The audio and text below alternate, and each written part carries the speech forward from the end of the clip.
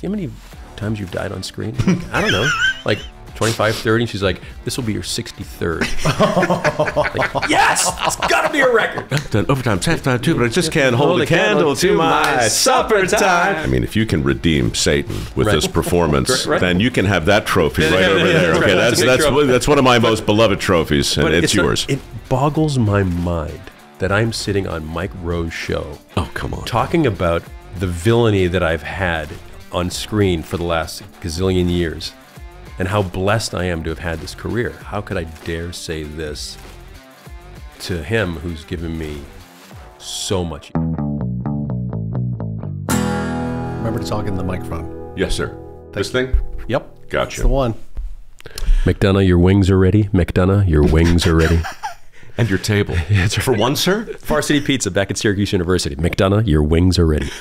Old habits die hard, Neal. Was that like your first job or one of your first jobs? No. It was, I loved being at Syracuse. We had, I mean, what a great university it was and how much fun it was. But I do miss the food up there, the wings and the pizza and the people and everything about Syracuse. I just don't miss the snow so much. Boston boy, right? Boston boy, that's right. So how often do you get home and how much do you miss it? More than you could possibly imagine. You know, all my family's, you know, they're still back there. All my best buddies are still back there. And I hadn't been back since my dad passed away a few years ago. And this summer, I went back to do a one-night show as Whitey Bulger. And holy cow, comedy? Yeah. It was, I'll tell you, Mike, it was one of the most incredible nights of my life to play someone like that on stage. Mm-hmm. And we never rehearsed it. You know, they'd been rehearsing for weeks and I was busy doing a show. So I showed up that day and they say, so are you ready? I'm like, yeah, I'm ready. Where are my spots? You're gonna be there, there, there, there, there. And we did the show and it was just seamless and standing ovation at the end. And at the end, to have half of my high school, it seemed, to be at the show. Yeah.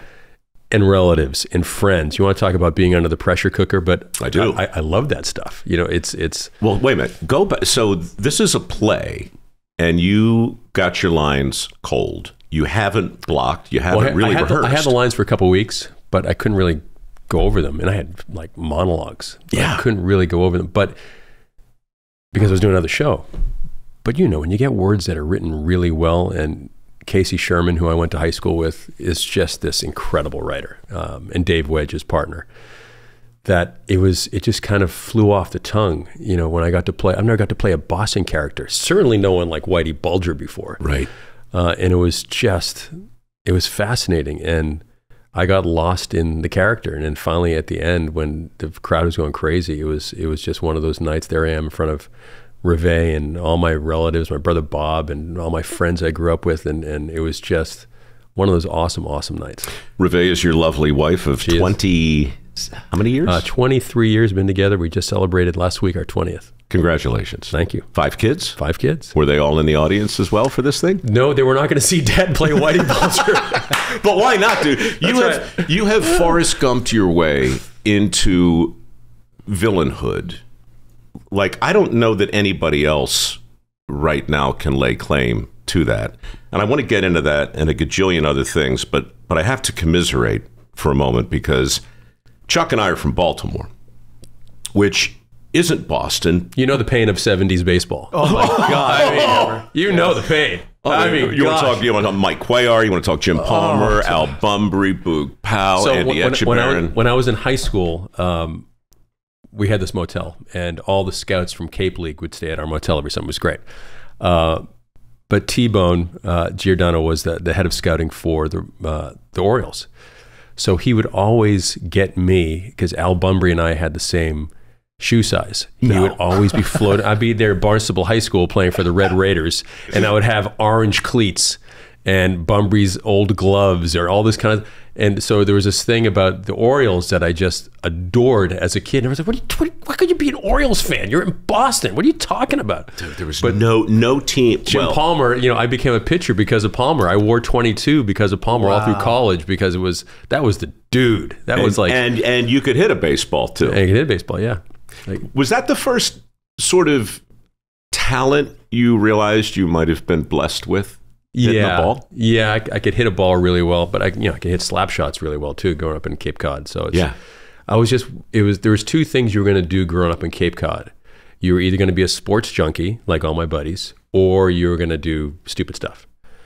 And I saw a lot of my buddies doing the stupid stuff, and it made me realize that's probably not the best way to go through life, or to start out of the gates at 16, 17 years old. Fat, dumb, and stupid is no way to go through life, son. But I didn't want to be that guy. Right. And then when I was 16, I went on this religious retreat, this Catholic religious retreat. And then everything just kind of, I was a smart alecky kid who would use his, rapier wit to just cut into kids in high school as a defense mechanism. Yeah. So, but then when I went off on this religious retreat, I was like, maybe I could use those talents for something a little more positive. And then all of a sudden my grades went from very average to A's. They went from not kind of giving up a little bit on sports to being so focused, to being a regular kid to the class president, and then class clown and most popular. Like all these things happened all because I had this amazing religious retreat called Echo when I was 16 years old. And ever since then, I've always had this really great relationship with God, in that the kind of thing that always stuck in my head was that we're all God's kids. And if we're all God's kids, that makes us all brothers and sisters. And if we're all brothers and sisters, shouldn't we be rooting for each other a lot more than taking each other down? And it was that seismic shift in the way I thought about things when I was 16 years old that kind of catapulted me into, I can go on stage and act on stage, and I really enjoy this, and people are listening to what I have to say. And then in politics, and high school politics, and I thought maybe I'd go into the career of politics thereafter, and all just kind of funneled in from baseball, hockey, and theater to, it just kept going, and then theater and just overtook it, and then all of a sudden movies came, and my first audition was Lou Gehrig in the Babe Ruth story, and I got it. And all right, now you're just annoying. It was so annoying. So I'm like, dude, how do you go on? That's just so. It was my cousin Liam Monahan was opening up the Cape Cod Times and said, they're looking for Lou Gehrig in the Babe Ruth. There's an open casting call in Los Angeles next week. You should fly out to it. And I did, and I flew out to it. And there I was, and this young, confident idiot. I didn't want to read the sides because the sides, there wasn't much there. And I went into the room, and there was like a sea of producers. And I said, have you guys heard Lou Gehrig's last speech in person? And they're like, no, we haven't. And then I memorized it the night before. Like Luckiest Man on Earth speech? So I did the speech to him, and there wasn't a dry eye in the room, including me, because it's just, come on. Lou Gehrig was just, what it's not just the words. It's the uniform. It's everything. It's the sold-out stadium. It's that moment in time. And not to belabor the point, Neal, but for a guy who comes to the conclusion that all the bipeds are brothers and sisters, well, then it makes a certain amount of sense for a Boston guy to develop a weird affinity for the Baltimore Orioles. That's right. Because how do you know who to root for and against if we're all on the same basic team? So you can watch the sport from a polite distance and still give a damn. Right. Like, I haven't thought about this in years, but when Brooks Robinson died a couple months ago, you remember, I was on a plane. Sure. Yeah. And it hit me like a heavy, wet sponge right in the face. In a moment, it wasn't just sad, but I was just overwhelmed by the amount of real estate that guy occupied in my mind as a boy who played third base. Oh, gosh. And I just immediately cast. And for those out there who don't understand, Brooks Robinson is arguably, I'm not even sure it's arguably, right. It's not the greatest third baseman in history of baseball. It was arguable until he died. And then I'm sorry. But right? I mean, sure, you can talk Mike Schmidt. Sure, you George can go. Brett, of course. That's right. But, and it's not just one number 5. It's not just the talent. It's his connection to that town at that time, which is very similar to what you're talking about with Gehrig. Right. So, yeah, lunch pail.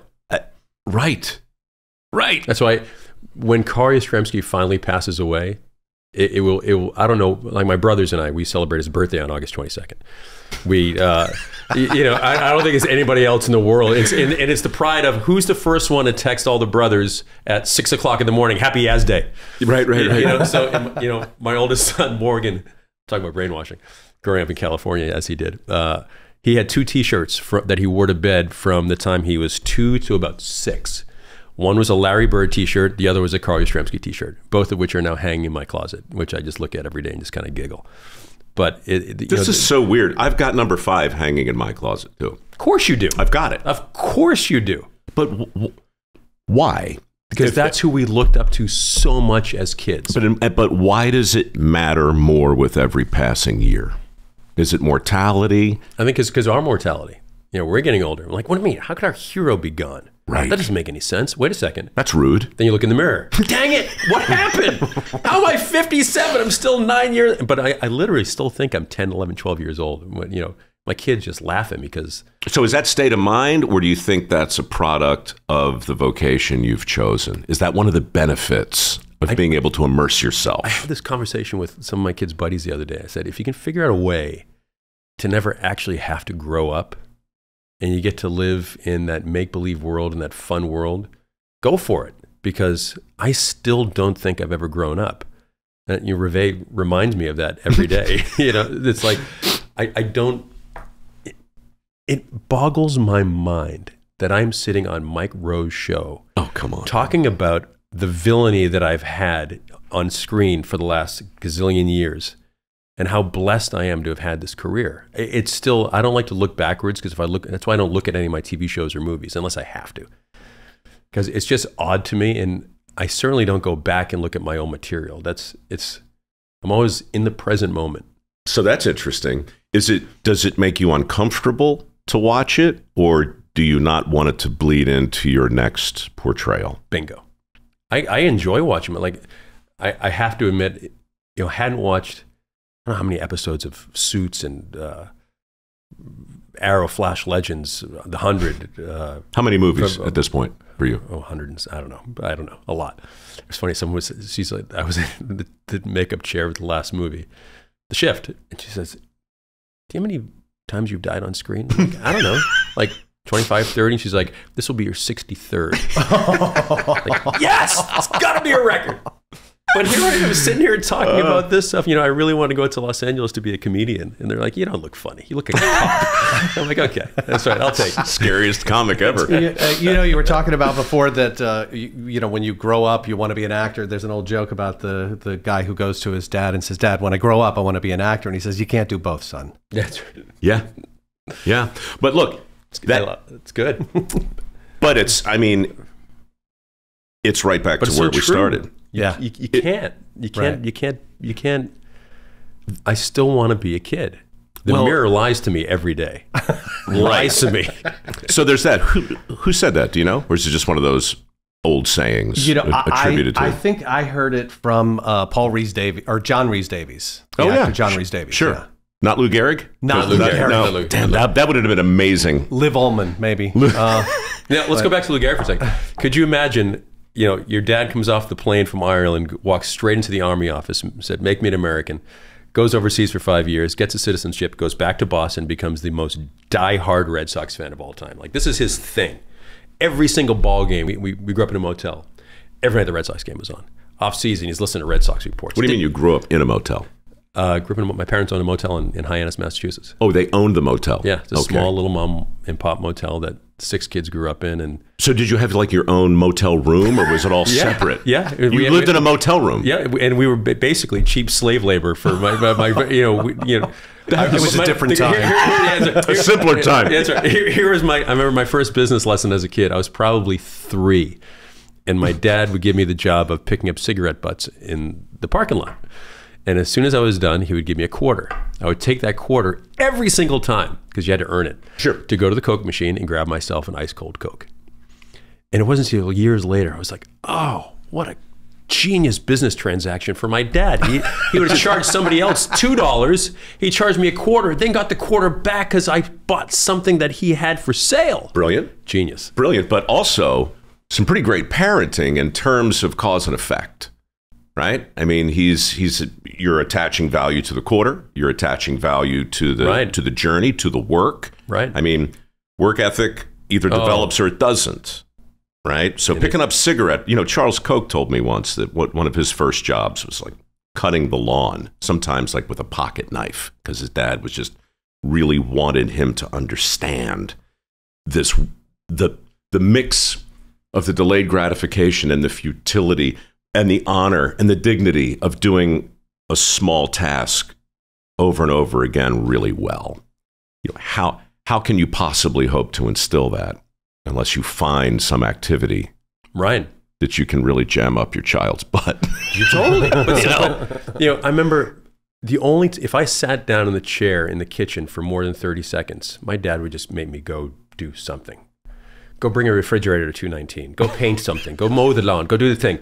So my only out clause was there was a wall in front of the house, in front of the motel, that I spray painted a little rectangle thing in there. And in the spring and summer, I'd be throwing fastballs into it all day long. And in the wintertime, I'd be shooting pucks. And it's the only time he would let me stay and not do chores. So because of that, I would throw for hours into a wall. Pinpoint accuracy of just playing, going over my head, World Series games, being in this dreamscape of where I am, always on the mound, putting the pressure on myself. I got to make this 3-2 strike. Okay, how am I going to pitch right here to Craig Nettles? This is going to be a hard job. Now, that's what went through my head as a kid. How much time did you spend in front of a mirror in that dream world? Whether you're impersonating a rock star, which is my thing, or a baseball player, did you literally see your reflection as you were projecting yourself into these alternative universes? Which, by the way, you know where I'm going with this. Wow, interesting. I do remember looking into the mirror and trying to get my leg as high as Jim Palmer did. Over. Yes! Over and over and right. over and over and over. And look, how did he get the ball? How? All the way down to the dirt in the mound. Do you know the mechanism you have to get that high, that elbow that high, that hip that high, and be so down below here to be able to catapult everything forward and throw a perfect strike? Well, the only thing harder than that is hitting it. Yeah. Well, hitting a major league fastball. Palmer hit everything for so long that baseball looked like an aspirin. Coming out. And it's like, you're not hitting this. A jumpy aspirin. Yeah. Just phenomenal. He took my grandmother into the broadcast booth on her 92nd birthday. She threw out the first pitch. My grandmother fell and broke her hip when she was toward the end of her life in my parents' condo, and she was watching the Orioles play. And she got up to go get a drink during the break, and she stumbled and fell. In the kitchen was a telephone where she could have crawled to hit 911. But in the den was the ball game, and it was still on. She crawled back to the den. Oh, I love this woman. Watched the end of the game. Well, we all did. And when my mother heard the story, she wrote a letter to DeAngelis, I guess. And the Sun papers published it. Yeah. And then they were like, this woman needs to throw out the first pitch. Oh, yeah, for sure. So again, baseball, hometowns. I have no agenda for this conversation, Neal, but you started it in Boston, going back to do a play that you hadn't rehearsed in front of half your high school buddies, right? And that's the thing, man. When you said that, I immediately thought of the Lyric Opera House, which was the first place I ever performed of note. Awesome. And going back to Baltimore 5 years ago to do a one-man show, and standing there where I auditioned for the Baltimore Opera in front of a sold-out house, trying not to crap up my back, right? Oh, because wow. Yeah. No pressure. But it's, here we're at the Wilbur Theater. I think it might be the oldest theater and they gave me the tour before. This is the oldest theater in America. This is where Brando broke out his first, waterfront performance and this and that. I'm like, thanks for the added pressure. Thank you for that. But there's something about, I think it was that kid standing in front of the mirror so many times, putting that pressure on myself in a mirror. I never really thought of it until now, Mike. And having to deliver, or having your father standing in the window watching you. Never played catch with my dad once in my life. No. Except at my bachelor party, I'll tell you about that, which is pretty funny. Field of Dreams must have been hard for you. Oh, yeah. So my dad would just sit there in the window and just watch me throwing ball after ball after ball after ball after ball. And it was, I think I just liked the pressure cooker more than most people did. I think my mom would make me someone come in to look at a room and they say, hold on. And then they get me this, 6 or 7 year old chubby little freckled kid. And I would show people the room, like, here's the room. It's 2 double beds, color TV, air conditioning. We just got HBO. Do you know what HBO is? Well, let me tell you about it. So I could sell anything to anyone at a young age, and my mom knew it. And I think putting me into those pressure situations as a kid just kind of made me really enjoy being in that situation. I'm a naturally shy person. But if you put me in front of a boatload of people with a script, I don't have to be Neal McDonough. I can be anybody I darn well please, and no one can judge me on it. You can judge me on being Neal McDonough, you can whatever, but you can't judge me when I'm acting. It's this weird thing. So I remember doing 88 minutes, and I don't know why it's always in my brain. And I was strapped to a gurney because I was about to be injected because I killed. Of course people. you did. Of course I did. You're Neal McDonough. And there's Al Pacino staring at me because he grilled me, and he's the one who put me in jail. And they had me all hooked up, and I could feel, how I was nervous getting into the scene, or it's like, okay, I got to get the thought process. And all of a sudden I get in, they strap the blood pressure thing to me, and I'm looking at the blood pressure. I'm like, I'm pretty hot right now. All of a sudden I ease into the scene, and the scene starts. And the scene's over. And I look at the monitor, and it says 58. It's like, wow, 58 beats per minute when it was just 88 or whatever it was. 'Cause it's being in that pressure situation that I really, I guess, thrive in. It's a crucible, Neal. Gold is tempered in fire. Yeah. And Syrah, Syrah 5. That's right. Yeah, that's right. So, all right. We can pivot to shift, and I want to. But back to, could you imagine that same kid coming home after playing Lou Gehrig with his 27 hat, jacket, and shirt on, and walking into the Rainbow Motel office, seeing my dad and my 4 brothers, and they beat me to a pulp. You will not. I don't care if you're starring. You're not wearing Yankee stuff in our house. Right. They threw it out the window. They're punching me, laughing at me the whole time. But it was a 50-50. 50-50 said, don't wear that in the house. 50-50. The other half was, we got to bust you a little bit because that's our job. But is it like that for you at this point as an actor after a role? Is it as simple as taking off the uniform and putting it down and walking away from it? Because I don't know, but you strike me as a guy who goes all in. There's the method. There are lots of methods. Lots of methods, yeah. But what is yours? And how do you get it off of you when you're done? Which is why I don't watch my stuff. I don't, I like watching, like I was saying, I watched Eisenhower when I did American Horror Story because I just want to see what it looked like. And I hadn't watched myself on screen in a long time. And Reve said, let's just look at it for a second. And I looked at it, and within 10 seconds, I got lost. I wasn't watching me. I was watching Eisenhower because my thought process, I can't watch Band of Brothers because I'll just get so emotional so fast. Remote drop. Who doesn't? Right. Watching Band of Brothers. That's because it just brings you back to that as a method actor with some other techniques that I've evolved with, as time progressed. It's hard because I call it puking on a canvas. When I'm really gearing up, I'm puking everything onto a canvas and letting everything out. And you can judge as much as you want or say, this is just me and I'm going to throw it all out there. But then figuring out how to just puking on the canvas, how to mold it correctly to be a performance that's kind of just spot on, instinctual, but like kind of spot on, knowing the techniques to in front of a lens. It's exhausting. Everyone says you make it look so easy.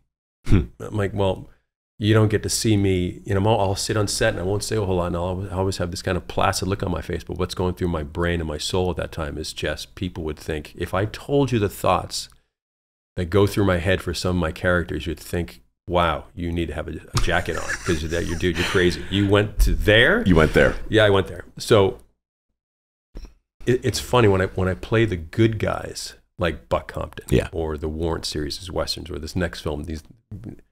We'll talk about the shift of having to play villains. And is that the promo you showed me? No, that's a different film. That's that thing looks amazing. That looks Black Spartans is going to be. Yeah, we'll get to that, but yeah. But it's the good guys that's really hard to slough off because then I'm really imagining in my real life world if this thing happened to someone you loved. Where it's the villain, you're like, haha, this is funny. And I'm really, how is that funny? Well, it's funny to me in this situation. And the more I play with that stuff, the more scary it becomes. You know, I love jumping into a character as a villain where you think, oh, this dude's cool. He's my next door neighbor. I like this. That was odd. Ooh, well, that was even odder. Oh, he's that guy. So those ones are more kind of fun, like Justified or yes. You play Robert Quarles, and he's so out of control, nuts, that when we're on set, it's kind of hysterical. Mm-hmm. And one day, there's one scene, Reve was there, where I'm blowing OxyContin smoke up a double-barrel shotgun into a prostitute's mouth. You know, honey, get in here. You're not going to believe this. And then right after that, there's a scene where I'm naked in my office, packing up stuff, and it's just absurd. And I'm walking into the bathroom, and there's a young man strapped to a toilet. Mm-hmm. And Reve's on. There's our title, by the way. Go ahead and jot that down. And there's a young man strapped to a toilet with Neal McDonough. Well, Graham Yost, Graham gave him my shot back after. He threw you a lifeline, man. He threw me the lifeline. I would not be here today if it weren't for Graham Yost. Sidebar: you were basically blackballed for 2 years. Mm-hmm. You don't kiss other women on camera. You're not going to do a sex scene. Word got out. It didn't get out. You informed the industry. And I try to keep it all quiet. They were like, yeah, but you reaped the whirlwind. That's right. So you went from respectable working actor to religious zealot to unemployed. You lost stuff, man. Lost everything.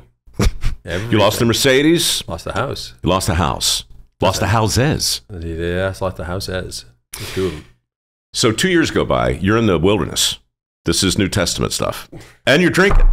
And you're drinking. By the way, you haven't had a drink in, what, 8 years? Yeah.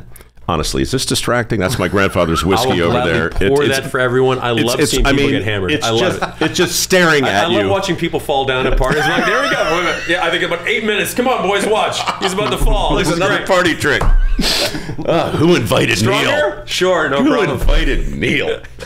So, but I mean, that to me is operatic, right? Like to have, because if you knew that you were going to be in the wasteland for 2 years, you couldn't get arrested in this town for 2 years. If you knew it was going to be that for 2 years, you could do that standing on your head. But of course, you don't know. You don't know if it's ever going to end. That's it. It's like the traffic jam, right? 3 hours in, you're like, okay, this is how we die. Right. Honey, kids, I hate to say it, but we're going to eat each other at some point. This is going to be very dark, right? But out of nowhere, Graham Yost, who's one of the best. Band Brothers. And Boomtown. You know, he wrote me like two of my favorite roles of all time. And then he, you know, it was... The phone rings. Is it a landline? Is it your cell phone? The phone rings while I'm on my knees. And I just said to God, why have you forgotten about me? Ooh. And then I sobbed. Oh, you have little faith. I finally hit the spot of how could I dare say this to him who's given me so much. Yeah, I'm not working. Yeah, I lost my money. Yeah, I lost some, you know, Job got beaten up. A lot of people get beaten up in life. Everyone gets beaten up in life. No one's that special. Everyone's going to get kicked hard in the nuts. And what are you going to do to get up off of that? And I was struggling. I couldn't figure out how to get off the mat. And then as soon as I was on my knees sobbing and realizing what a just selfish person I'd become, blaming it all on that one instance, blaming that person who fired me on the show. And I've often thought I need to write that person a letter and say, thanks. Yeah, thanks a million for doing what you did. And by the way, if I recall, it was Echo. You were 16. The scales fell from your eyes like Paul on the road to Sarsis, I think it was. Right? Damascus. Whatever it was. I told you, Chuck, don't ever correct me on the podcast. Right? But anyway, it's a big moment. Replacing Chuck in next week's episode. What I'm getting at is there a haughtiness that can sometimes follow a conversion where you see the light and it's like, that's it. I got it now. and you start living a little bigger and a little bolder, and then all of a sudden, right? A curveball, if we want to go back to baseball. I didn't go out to Hollywood to become famous. I came out to Hollywood to be a performer, right? And I think during that time after Band of Brothers and then Walking Tall and Housewives and all these other shows, it was getting so easy that I think that maybe I was taking it for granted. Yeah. And I think this is the lesson in that I wasn't working as hard as I should have with the gift that he gave me. Yeah, I'm a great actor. Great. That does not make me special. I can't Not in this town. I can't pound a nail. I can barely sing and dance, but man, I can act, as Reve always says. Yeah. And maybe I thought that specialness was actually special. Right? That I was special. Yeah. And I think maybe he just said, let's get you back to reality here. I'm going to make you squirm for a while and make you realize that I gave you an amazing gift. Don't take it for granted. Well, and don't use it. Well, early you said, I want to use my powers for good, right? So if acting is a talent, and many people in this town are blessed with it, why are so many people blessed with that talent so profoundly and irrevocably screwed up? It's fame messes with you. Yeah, right. Here's a boatload of money, and every joke that you tell in a room, everyone's going to be laughing. Right. Whether you're funny or not. I used to tell really dumb jokes on purpose to see how much people would laugh. Hey, he's laughing. That's funny. Yeah. Gosh, maybe I'm getting. And Reve always says, "You're just famous enough. Don't mess that up. Don't mess that up." Mm-hmm. And I don't know. I'm so fortunate to have the clarity of mind, especially of late. I mean, you look at the last 8 years of my life. Being there for the kids so much more, focusing on being a great dad, focusing on coaching their teams, focusing on being the best husband I can be for Reve, focusing I can be the best actor I can be for the audiences, focusing on how I can be the best me for him. I wouldn't have had that clarity. And was it hard to give up alcohol? Yeah, it's not easy to give up alcohol as being an Irish guy. I'm not even sure it's permissible. Right, where everyone's throwing you drinks in Hollywood. Here, have another one, Yeah. And you're just like, okay. And then when you take that stance and say, no, I'm done. You become a threat to them. Oh my gosh, by the way. How many friends I lost because, Not because you're boring, not because, I have more fun at parties now than I did then because I could have an actual conversation. What did I just say? I can't remember what I was saying. I was going to get another drink. Yeah. That's an ugly dude. Yeah. I didn't know how much I disliked that guy until I had to face him in the mirror. I couldn't get that Jim Palmer kick anymore. I was 25 pounds overweight. I was, just kind of, everything was so easy. And then it happened. And then it still took me a little while to figure out, all right, I'm back-ish. How do I get into the next gear? And it was Reve when she said, it's time. You got to stop now. In a profession where there's so many beginnings, middles, and endings, it seems like if you don't have a larger narrative to put over top of all of it, all you're going to do is get yanked back and forth, back and forth, back and forth, project to project to project to project to project. And, when I watch Band of Brothers, how many times have you seen it? I've seen it at least 3 times. Yeah, I watched it with my brother. I made my brother watch I watched it with my dad. Yeah. Obviously, I can't say anything you haven't heard about this thing, Neal. It's a remote drop, which is a pain in the ass because it's not a movie. It's a commitment. This is like 8 episodes or 9 or whatever it is. And no matter where it is, I'm going to watch it to the end. And I thought, I swear this is true, I consciously thought the last time I watched it, what it must feel like to be any of the people in it, including you, to know that, you're impacting people like that. It's like when Jim Palmer lets go of the ball, there's not a damn thing he can do about what happens next. No. Yastrzemski is liable to hit it 430 feet. Yep. Nothing to be done. So your work is done. You've puked up on the canvas. You've done your best. And now you get to sit back and see what the ball does. I know you said you don't watch yourself a lot, but I got to ask, man, what that must feel awfully good to know that you left that kind of mark on that many people. You know, the shift, we'll talk about the shift in a second, which is pretty remarkable. Yep. I haven't watched Band of Brothers since it came out because I just can't. If I hear the music, da, na, na, na, break out the Kleenex. Because I go to all the thoughts immediately. That wasn't 23 years ago. It couldn't have been because that was yesterday that I was on the field. And getting to know Buck Compton, who became like another dad to me. Didn't you meet your wife? Met my wife doing In Band London? of Brothers. All those guys are still my best pals. I love that. There isn't a production that Reve and I make now that doesn't have at least one other Band of Brother in the cast. Or in the crew, or whatever the case is. And so last week, Morgan, our oldest son, is taking World War II as his history class at his school. And they're studying Band of Brothers. And they asked me to go in and speak about Band of Brothers.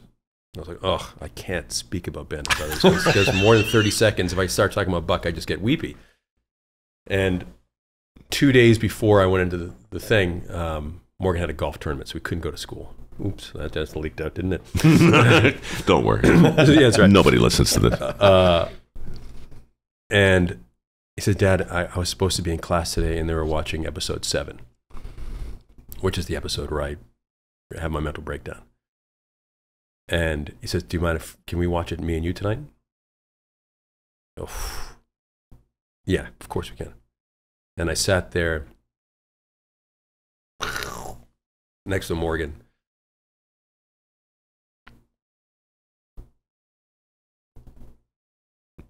The blessings upon blessings that were bestowed on me because of that show is just, I can't even fathom. So I'm sitting there watching the show and tears are running down. I'm just sitting like this and tears just like, I can't, this is just, and I'm looking over at him and there's tears in his eyes as he sees his dad watching himself and he finally got it. He's like, oh, now I understand what Buck means to you. And it was just one of those moments that I'll never forget. Luckiest man on earth. Yep, luckiest man on earth. Back to Gehrig. Sooner or later, it all comes back to Gehrig. It all comes back to Gehrig. It's. You know what killed me in that, man? Why We Fight is one of the best segments. I think that's the episode. But there's Chuck knows this story because I actually wrote about it. It's just a seemingly inconsequential moment, but Spielberg gets those guys to play that quartet, right? And when Ron just walks out, I think the line is the crowds clean up pretty good, and then somebody says something about Mozart, little Mozart. Yeah. And he says, that's not Mozart. That's Beethoven. I don't know why that thing haunts me the way it does. But it does. It's a combination of the music, obviously the delivery, but it's just such a gentle correction from a world-weary guy. And in that moment, it's like, wow, that generation is going to have a weight to carry for a long, long time. And your old man was... That's right. Was a part of it. So I was blessed on Veterans Day this year to be able to speak at our school. And there was about 3,000 people in attendance and probably 50 vets on stage from World War II to now. And there I was I was a keynote speaker, and they didn't tell me at the school that my 5 kids were raised. I had 5 kids. Were going to introduce Dad, and I was like, "Really? You're gonna do this to me?" And to have all 5 of my kids say just like the most amazing things about their mom and dad, and then to get up on stage, and then to speak to veterans who've given their lives so we could have the democracies and the freedoms and all the great things and that we have to this day was just one of those moments of my gosh. And it was funny. Buck Compton at his funeral for years he would press me. He's like, you got to come out of the political closet. You just got to tell everyone you're a Republican. I'm like, I can't do that in Hollywood. They'll just crucify me if I do it. And he goes, just you got to admit it one day. You got to admit it.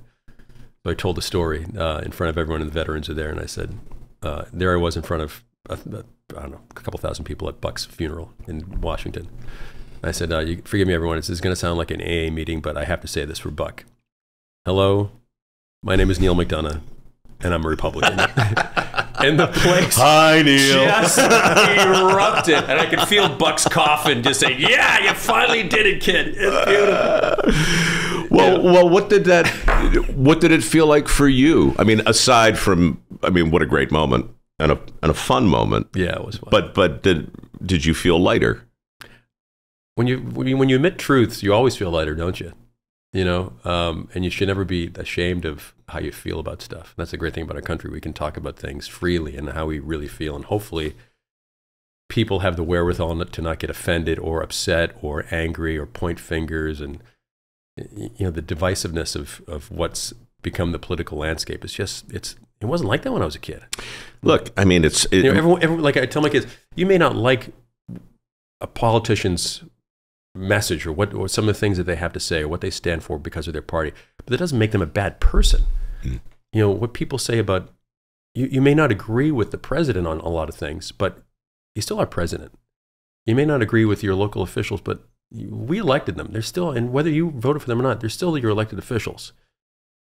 Now everything, I was listening to Charlie Munger, Warren Buffett's partner. 100 years. Yeah, unbelievable. And he's saying, what's wrong with America now? Is it greed? And he goes, it's not greed. Greed isn't the worst thing in the world. It's envy. It's envy that if you greed for your wife, greed for your family, greed for you want to do the right thing. That's one thing. But when you envy other people, you know, even right there in the 10 Commandments, don't covet other neighbors' goods or wives or any of that stuff. But once you start doing that, it's a cycle that just it's hard to break. And I think we're going through that cycle right now where everyone is just pointing fingers at everyone else instead of holding themselves accountable for not being great at certain things or not trying to be the best version of themselves. Well, you had a front row seat to that. You know, you're a famous drunk in the life of the party, and then one day you walk into the party and no, not for me. I've gone through that, and now I'm through it, and now all of you, right? And that becomes a threat. Yeah. And that's, you know, I've seen that. I've seen that a lot in a lot of different ways because we wind up resenting, in many cases, the very things we rely upon the most. And somehow or other, envy's wrapped up in all that. Wow, that's pretty good. Well, look, I didn't make it up. I just looked around and I see what happens in our workforce. I see how frustrated people get. You flick the switch and the light doesn't come on. It's not just an inconvenience. It's an outrage. How can this not be coming on? I flushed the toilet. Why is my crap still in there? Something is seriously wrong in the universe. Somebody needs to fix this. That's right. Stat. Right. And the longer that feeling goes on, the more profound it gets. So when the plumber finally shows up and the electrician finally appears, you're not grateful to see them. You're pissed off that it took so long. That's right. What is the fix it? So how do we get to that when we had, you know, my dad's generation, who wouldn't complain about anything, who would just fix it? Well, this in part. Oh, that's the worst. That's instant gratification. That's the worst thing. Instant gratification. You know, we've become a very impatient people, I think. But look, let me shift, because all of these things, every single thing we've talked about so far is in this movie you've just done, including the culmination of all villainhood, no matter how you define it. This is it. You're never going to play a bigger villain. Right? From Whitey to Lucifer in 6 months. Old scratch, brother. I mean, come on. It's a heck of a thing. It's all done. I'm out. Chop, chop. I'm out. See it.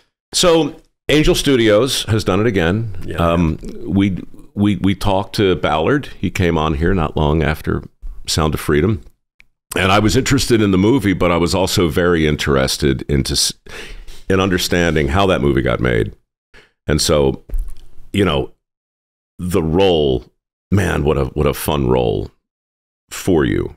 But right before we started rolling, I said to you, It feels like it's about to tip. It feels like movies are about to be made in a completely different way. 1 is a thing. 2 is a pattern. 3 is a trend. These guys are doing something, and you seem to be up to your eyeballs in it. So what the heck is happening? Well, they're doing things differently.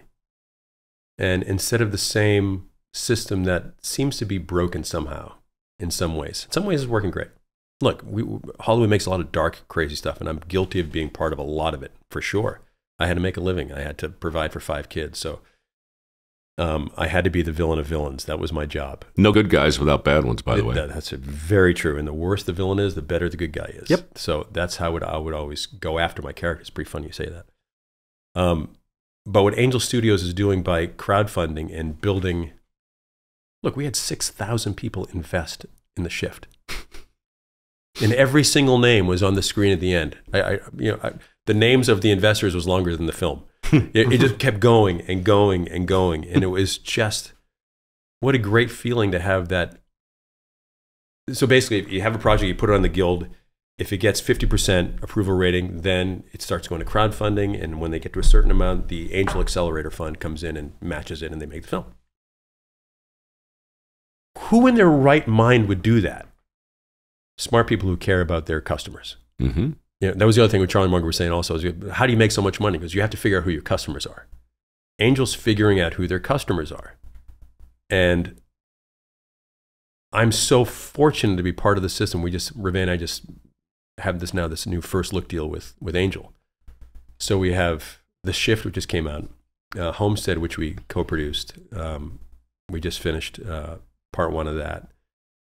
Black Spartans is this film, the trail that I just showed you, that is going to go through them. And then we have The Last Rodeo, which I am just so proud of. That, look, we started, Reve and I started, our first film was $500,000.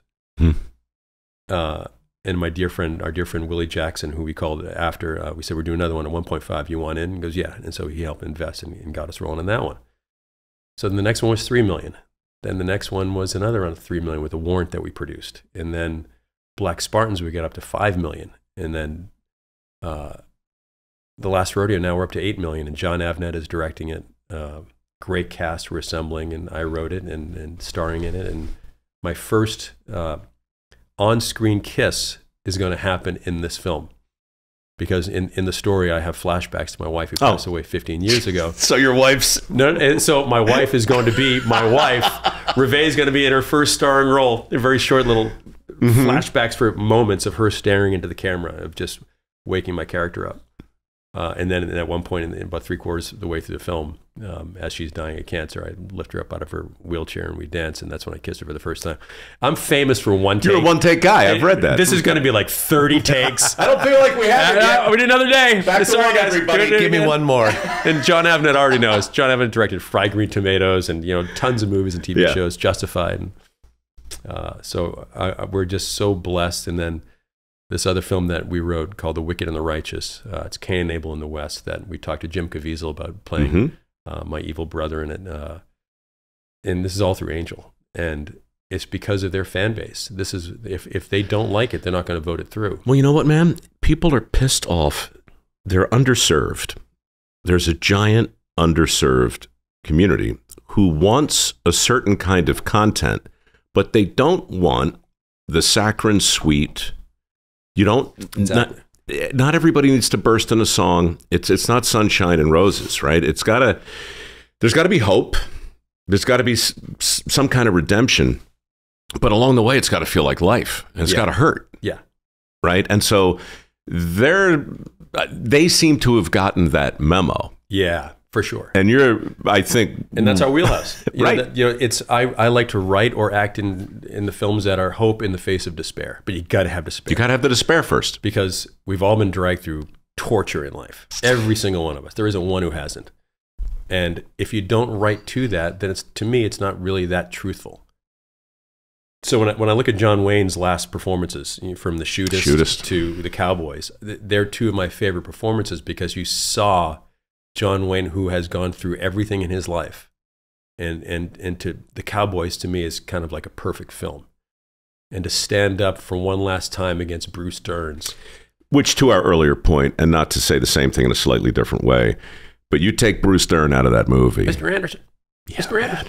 Gosh, it was so good because he was so despicable. You hated him so much. I would put you with great respect in that category. He made Mr. Anderson Mr. Anderson. And the sweetest man off camera. Yeah. Yeah. Right? You know, it's funny. We villains, this tight club of villainy, are generally the nicest, goofiest guys who all think, how the heck did I end up being the villain? Because you guys get paid to puke out all the poison every year or so onto the canvas.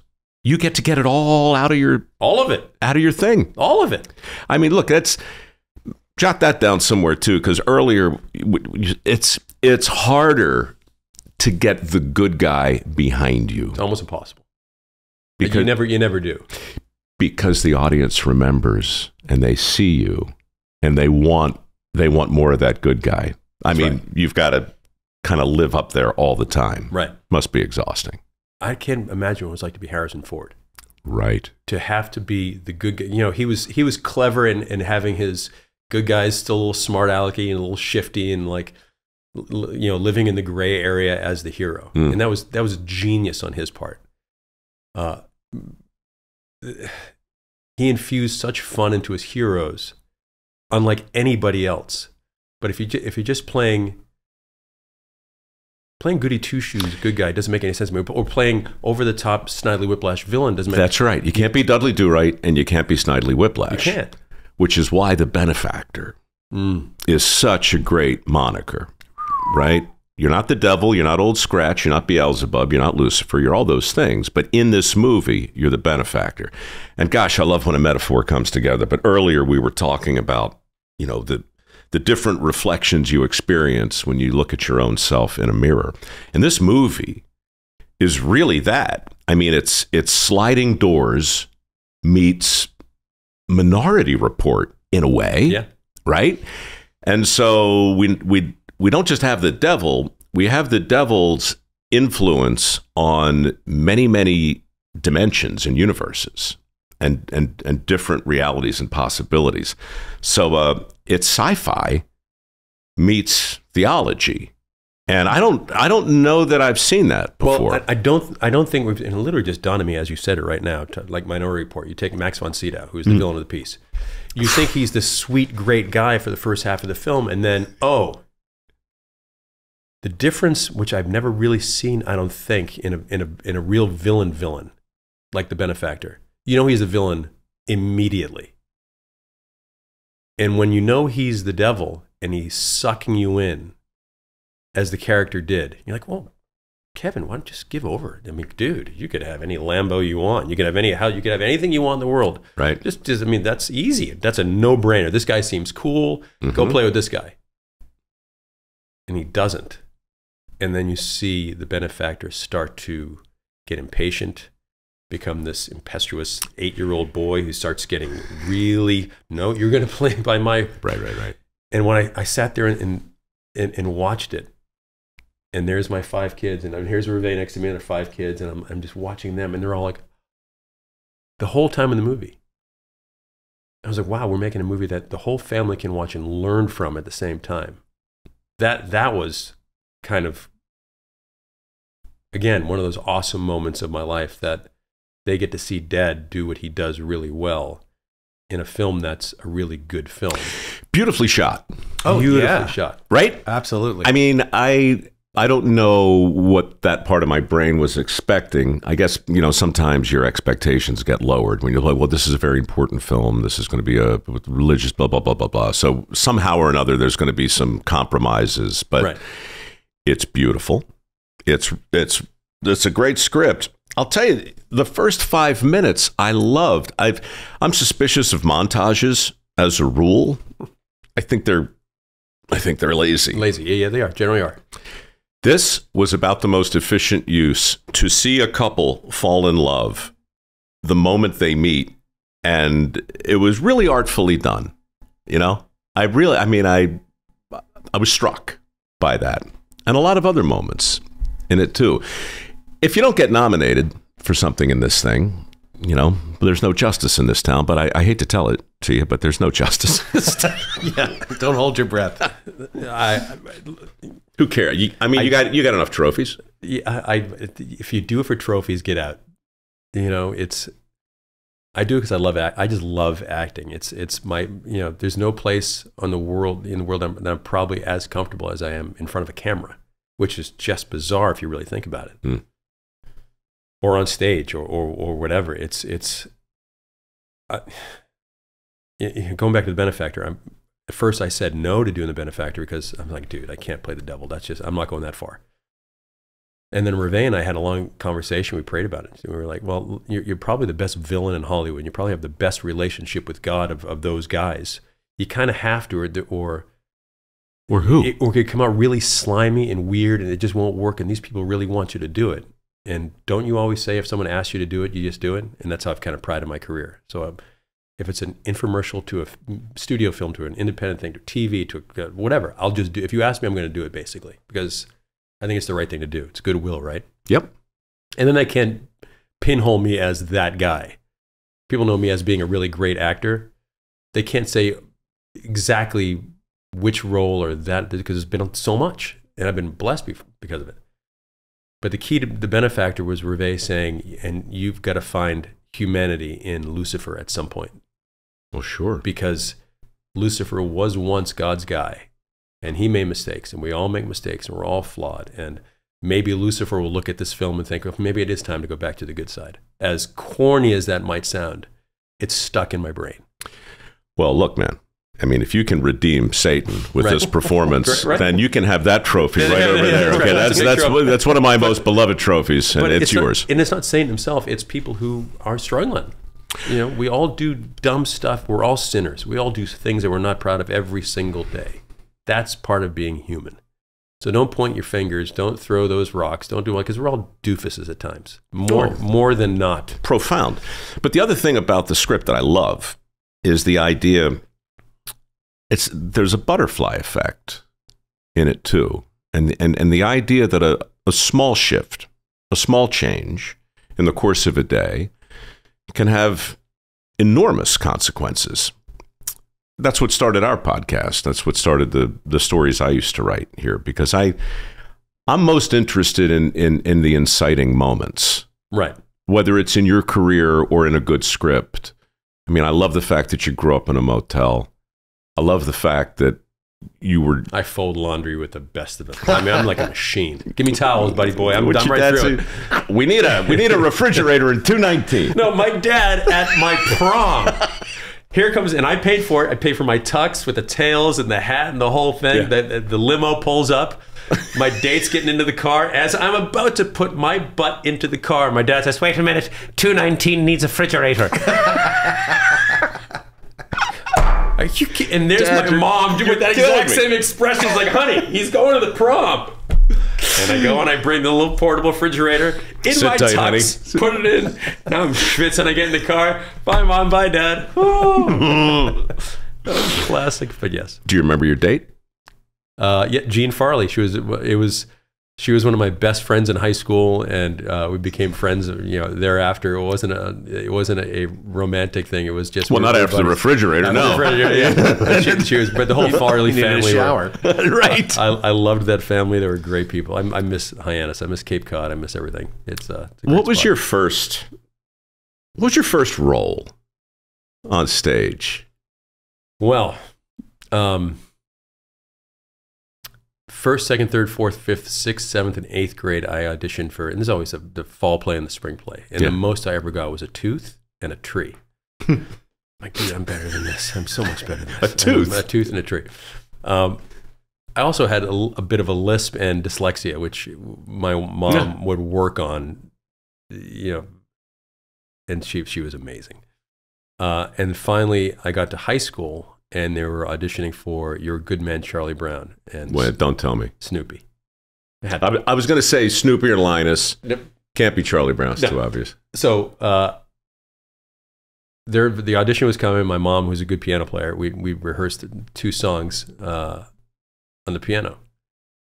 And I went into the audition, and I could care less if I got the part in art, which is still in my system now. I don't care if you like me. I don't care if you like what I'm doing. I'm doing this 100% selfishly for me. And this is how I start. You know, Oscar Wilde said everything is useless to the artist except for the artist, to the artist except the artists themselves. So you should be 100% selfish in your approach to painting and writing and drawing. And sure. And part of it to acting with other people, you have to have such confidence in your ability that you don't care what other people think. And it's that freedom once you get there, like, oh, this is awesome. You must first amuse yourself. You have to. So I amused myself very well that day because the director's like, that was incredible. Who are you? I'm like, Neal McDonough. He goes, where are you from? I'm like, I'm here. And he goes, how have I never seen you in any of the plays? I'm like, exactly. I know I'm good at this stuff, but I've never had a shot at it. He goes, well, you're going to be Snoopy. I'm like, thank you. I'll never forget opening night, and there's my mom in the front row, and I just cranked it, and I got a standing ovation. And I was like, oh, this is that feeling I've always wanted to see what it was like when the audience is completely quiet, totally giving their attention to you, and you darn well better give everything back to them because you got to appreciate a good audience. And I got it immediately. I just understood that. And from then on in, I was like, I'm going to be the best actor that I can be. You want to hear something crazy? First play I ever saw, Painter's Mill Theater in the Round. You're a good man, Charlie Brown. No kidding. I swear to God, and this will freak you out, because there's a moment, Snoopy has a song. Supper time? Supper time. I've done overtime, half time too, but I just can't hold a candle to my supper time. That's terrific. But no, the one I'm thinking of yanks you through the emotions of a day. Hold on. What's the name of it? That's it. Faithful friends, always near me, bring me bones, scratch my ears. Right, exactly. Little birds come to cheer me. Good. And listen to this, Chuck. Every day on my stomach, with their sharp little claws, which are usually cold and occasionally painful, and sometimes there are so many that I can hardly stand it. Rats! And then he goes into this whole... Mike Rowe coming out of nowhere, going yard. I'm telling you. I mean, he just went yard. Is the dude. Snoopy is Peanuts. Totally. And he is, in the same way, look, the New Testament... Why do you think we only have beagles? Yeah, well, we have a lab now, but we've been beagles forever. Snoopy's been everything. All the, you know, every gift is always Snoopy. You know, when I write love letters to Reve, it's Noopy. You know, I'm her Noopy. You know, and are you kidding me? It's always been because Snoopy was such. If it weren't for Snoopy, there's no way I'd be here right now. No way, not a chance. Unbelievable that you played Snoopy. Crazy. And you walked in here with those periwinkle pants, and I had no idea what we were going to talk about. These but babies. I would say you can take the boy out of Cape Cod. However, I had a Harley years ago. Not in those pants, you didn't. In these pants, and people would laugh at me because you know my kids laugh at me because this is me, you know, wearing a white button-down shirt, but as dressed as I get. But I'm always in a polo shirt and khakis everywhere I go, and I used to ride my Harley in a polo shirt and khakis. And my kids are like, "Dad, did you ever think of wearing jeans?" I'm like, I don't have any. You know, I wear them in movies because of the characters and all these westerns that I'm in now. Wardrobe. And I love wearing jeans, but I'm a khaki guy. I've always been a khaki guy. Whether it's periwinkle, whether it's Nantucket red or just regular khakis, it's just I'm comfortable in it, and I don't really care so much what everyone thinks. Like, I'll leave the house sometimes, and my daughter Clover laughing. Goes, "Are you going out of the house like that?" I'm like, "Yeah." Don't you care what other people think? And before I answer, she's like, "Oh, that's right. You really don't." No, you don't. I said, "Well, that's because I'm still 9 or 10 years old in my brain. I'm still that little kid that never grew up until I look at the mirror." And then I'm like, "Oh, wait a minute. Okay, I've gotten older, but I'm still not growing up. I can't." Dude, what a run you're having, man. Picking up cigarette butts at 3 years old. How long have we been talking? Are you over good? An hour? Yeah. Like an hour 10. Yeah. No, you're going to go talk to my friend Adam Carolla later today. I am. And you are on the... So, I mean, is this fun for you to... I mean, I'm having a great time in real time, but the weight of promoting a project, you know, I mean, you've been doing it now for so long.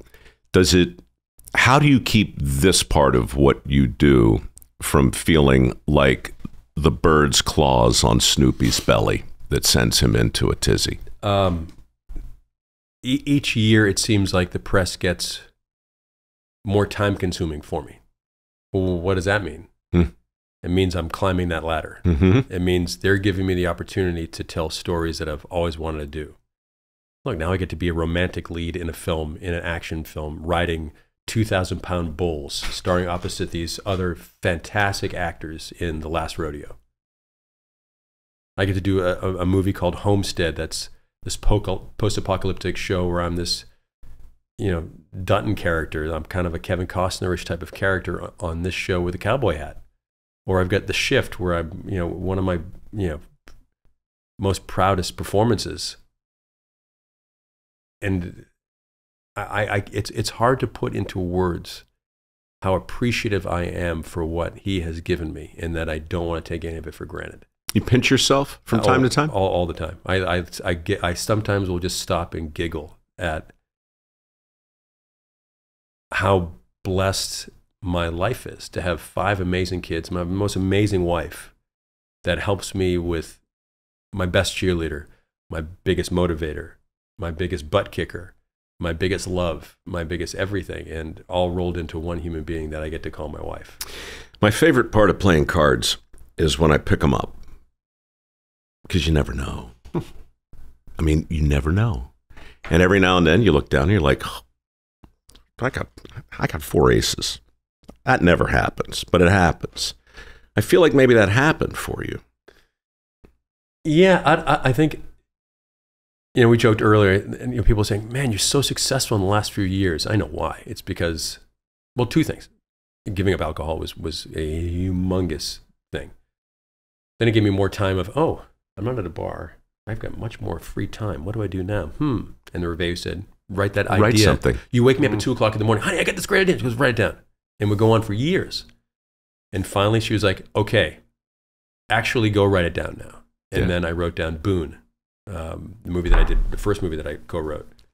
And then I came up with this other idea about this Western, The Wicked and the Right. Just go write it. Stop talking to me and start talking into a phone. And that's what I did. Yeah. And then I would voice dictate a script basically and send it to my writing partner, Derek Presley. If everyone could say a prayer for Derek, he's sick right now. He's having a really hard time in the hospital. So please pray for my buddy. And then we did that. Then I had another idea, then another idea, then another idea. And it just kept going. And the second part of it was every New Year's I jump into water, no matter where I am. It's generally ice cold. And this year I was in Vancouver in our pool, which was pretty darn cold. And I sat in there and said, okay, Lord, I can't believe all the gifts that you've given me. What can I do to repay you? And I heard him clear as day say, make entertainment for me. And in that pool, Mike, I was like, I could feel just heat. I can see it like it was yesterday. This thing that just went through my system of calling me out to do better projects and to do more elevated stuff. And then INSP calls and said, we want you to do a Western called The Warrant. And then we did part 2 to The Warrant, which we just won all the festivals and stuff. And did really, really well. And Reve and I helped produce that one. And then it just kept moving and kept going, all because giving up drinking, listening to him, and trying to do the right stuff. And there's a confidence that you get after a while that people are like, ooh, we want to be part of that. And Unity, this company that came to Reve and I about a year ago, said, we know what you're doing. We know your films are making a profit. How can we be part of it? We've got a couple $100 million film fund. And so we started talking. I said, well, I'm almost finished with this one script. Tell me what you think. And we wrote it, The Last Rodeo, and I said, great, we're going to make it. And I'm like, okay, great. What else you got? We got this other film. And we showed it to one of their buddies, Jonathan Mostow, who directed Terminator 3 and U-571. And we had a great meeting. He goes, wow, I would love to direct this. And then we talked to Jim Caviezel about playing up. So all these things that are happening because of the belief that I have more in myself, because of the lack of the spare time that I use before for silliness has focused me into taking that spare time and putting it actually to fruition of positive, great things to do as a dad, as a husband, as a friend, as a whatever. And it's working. And it's pretty awesome to wake up every day and do it all with my best friend, Reve. If you asked me 20 years ago that this is where you're going to be in 20 years, I would have said you're full of it. There's just no way people are going to take my opinion that seriously. And now we have a TV series with my great friend Justin Falvey at Amblin that we're working on. And none of this stuff would have happened years ago. 4 aces. But I think I might have 5. I got one. I was that one up my sleeve. You got the Irish. Joker. I'm Irish. You got the Joker. No, look, man. So what's more important, gratitude or delayed gratification? Oh, gratitude. If you do anything for gratification, we all do things for gratification. When we do, it's probably the wrong choice. It's for, Coach, thanks for giving me the chance to step into that box with the bases loaded and having faith in me that I'm going to get a hit for you. Gratitude or work ethic? Wow. I don't think you'll never get the gratitude unless you have the work ethic. My dad and my mom pummeled me into having a great work ethic as a kid. And by doing so, my dad always said, if they give you $1, give them $2 worth of effort. And I've always prided myself on going over and above in anything I do, whether I'm coaching the kids, whether I'm doing, driving, whether I'm shopping for food for the kids. I want to go over and above and get the right stuff, get the good stuff. And when it comes to acting, there's not a chance I'm going to mail something in knowing that someone might come to me. Some old lady might say, I spent $15 watching you stink it up in a movie. I can't. It would eat me. So work ethic or hope?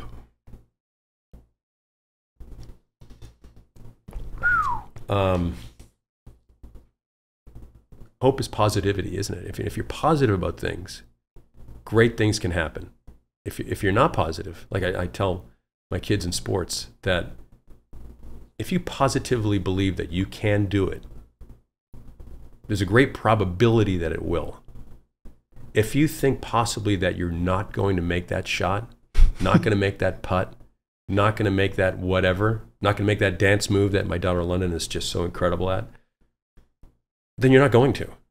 It's those are mind tricks. But I had to learn those mind tricks. You fake it till you make it as a young actor, and I can do this. I can do it. Are you a great swimmer? Yeah, I'm a phenomenal swimmer. When I got The Guardian, I said I was this awesome swimmer. I wasn't a great swimmer. Got a big Irish head, and I sink like an anvil. Mm-hmm. Doesn't work. Yep. You do have a big head. I do have a very big head. So I was doing Flags of Our Fathers at that time with Clint Eastwood up in Iceland. And I heard that I got the part in The Guardian. I'm like, oh, this is going to be awesome. You can swim, right? Oh, okay, God, I can swim, dude. I can swim. Like a porpoise. So I go home for a day, literally, and I'm on the plane going to Shreveport, Louisiana to do The Guardian with Kevin Costner. And I walk onto the set, which is at the Olympic-sized pool. And I'm the tough as nails, hard guy instructor. And there's all the guys, hey, John, spinners on deck. And all of a sudden, all the guys are standing there waiting for me. And the technical advisors walk up to me who are Coast Guard guys themselves, who we could swim for forever. And they're looking at me and they're like, and I'm in my swimsuit. I said, what's the test? If I swim all the way, how far underwater is it till I can prove to everyone I'm tough? He goes, well, you can make it all the way under Olympic pool. From this end to that end, you'll prove everyone that you're tough. He goes, but, I'm like, what's the but? You make it all the way and all the way back, it proves you're a coastie. Right. I'm like, oh no. All right. I hadn't been in a pool and I can't tell you how long. So I dive in and I'm flying. I'm about halfway through. I'm like, oh, I got this. Oh, I got this. And I'm all, I don't know if I got it. And I get to the end and I don't know how to do a kick turn. So I got to the end underneath and I touched it and I kicked off. And at that point, I thought my heart was going to explode. But here comes that little kid who is on stage, is in front of the mirror as Jim Palmer, is picking up the cigarette butts, developing that work ethic, knowing that God is on my side. And getting that fridge over to 219 that's stat. Right. And I'm going, and now I'm literally puking in my mouth as I'm going, but I'm not going to quit. There's no way. And I think I'm blacking out by the time I'm about halfway through the second length, and I finally get to the end, and it's still kind of like a black moment. I get out of the pool and I just stare at everyone, and I walk off straight to the toilet, and I threw up for I have no idea how long. Where's Spinner go? Oh, he's gone for the day. Yeah. But no one knew. The Coastie knew. And he knew exactly what I did, and it's that mental toughness of being the youngest of 6 kids that I don't know where it comes from, but I like hanging out with that guy, and it's a test, and I enjoy Brother, it. this country likes hanging out with that guy because we see him in over 100 films, more than a few of which are remote drops. Mm-hmm. Shift is the most recent. And speaking of the Shift, people can get tickets to the Shift. There's a cool AI thing that I did. Yeah, where you get to call in and I speak to you. Artificial insemination. That's exactly what it is. And we tried it with Angel. And they said, would you be willing to do this an AI thing? I know AI is so taboo with everyone. I thought, well, if one of the other major studios asked me, I'd be very nervous. But that Angel asked me, knowing the kind of guys that they are, I mean, they're just amazing Christian guys. So yeah, let's give it a try. And now I'm getting calls from everyone said, it is so spooky talking to you on AI to buy tickets. And if you buy tickets through AI, you don't pay any fees and all this kind of stuff. And you get to have a really interesting conversation with Neal McDonough. Yeah, sort of. Sort of. Yeah. In fact, I called in. I had a conversation with myself. It's kind of funny. And you know what? I was riveting. I was so good. That guy, he's got an answer for everything. It was the best performance ever because it actually wasn't me. Somebody sent me a link the other day. They went to one of these services and said, narrate for me these 2 paragraphs in the style of Mike Rowe doing Deadliest Catch. And I clicked on it and I listened to it. And I'll tell you what, man, had I not known what I was listening to, I would have assumed that was something I read 5-6 years ago. And so I don't know where we're headed. The train's rolling, though. Oh, man. It's rolling. If you don't think it's rolling, then there's something wrong with you. Well, we're not getting the poop back in that goose, right? So we better be aware of it. We better keep our eyes open, Intelligently. So to see Shift, what do you do? Oh, this is funny too, because somebody sent me a link to a screener, right? Because I wanted to watch the movie before I talked to you, and I watched it this morning on the beach. And I'm about 2 minutes into it, and that opening scene is playing. Oh, yes, right. And the guy walks in, and my name appears on the screen right under him. It says Mike Rowe, and I'm like, wow, that guy's name's Mike Rowe. What are the odds? Like, what are the odds of this? Imagine what it was like when it said Chuck Klausner. That's the same thing. Right. So I'm like, oh, okay. I mean, I've lived, I've been around, I've been in the industry, I know things. It killed me. So tell who's ever in charge over there that I did a spit take. Yeah. I had a mouthful of Dunkin' Donuts coffee sitting right out here on Santa Monica on the beach. And I see my name pop up in the beginning of your film, and I spit my coffee out. I'm like, how is that even possible? That's pretty funny. It's a miracle, Neal, is what it is. It certainly is. It's an act of God, as are you.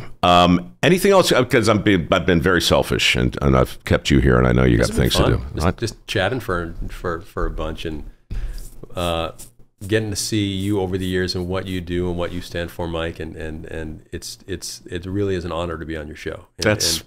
Dude, from you?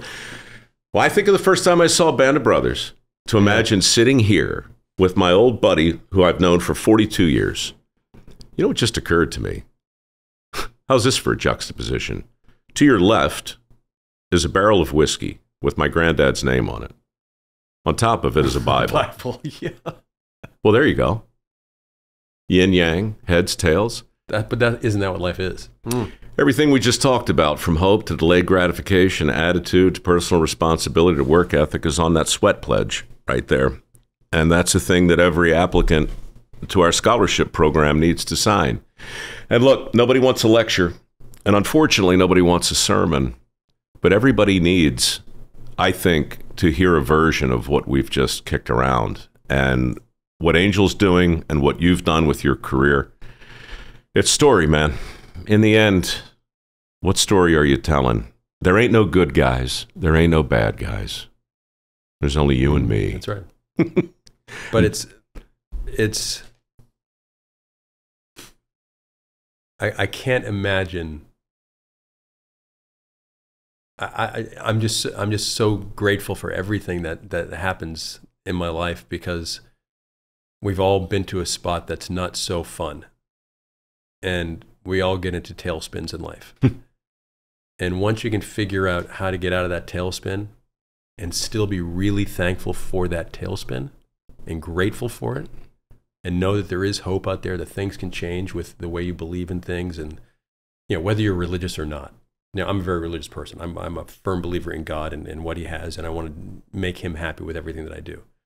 Whether you're atheist or Taoist or Jewish or Muslim or whatever the case is, if you can figure out how to be a better person for humanity, that's where I'm at now. I'm just trying to figure out how to be as grateful for all the ups and downs in my life, because there's going to be more ups, there's going to be more downs. It's being grateful for all of it. That's the journey. And gosh, I get to sit here and talk about it with you. That's pretty awesome. Imagine the New Testament without Judas. You can't. It's not a story. It can't. It's nothing. But it's What a so pleasure. true. Thanks, Mike. Thanks for everything you've done and all you're about to do. Go get Shift. Were we clear on how to do it? Here's the thing, folks. It's called Google. What you do is you get on it. I'm so good at this stuff. You type Shift, and then you'll know. Shiftmovie.ai. There we go. Shiftmovie.ai. Final thought. The titles to these things are always quotes from our guests. And if you don't object, I think this one is called The Luckiest Man Alive. That's what I wrote with down. Neal McDonough. I think that probably encapsulates. You good with that? Everything too. And your fancy 4 aces and your beautiful wife and your 5 perfect kids. I've seen pictures. Yeah, I know. All right, 6 aces. All right, enough. Thank you, sir.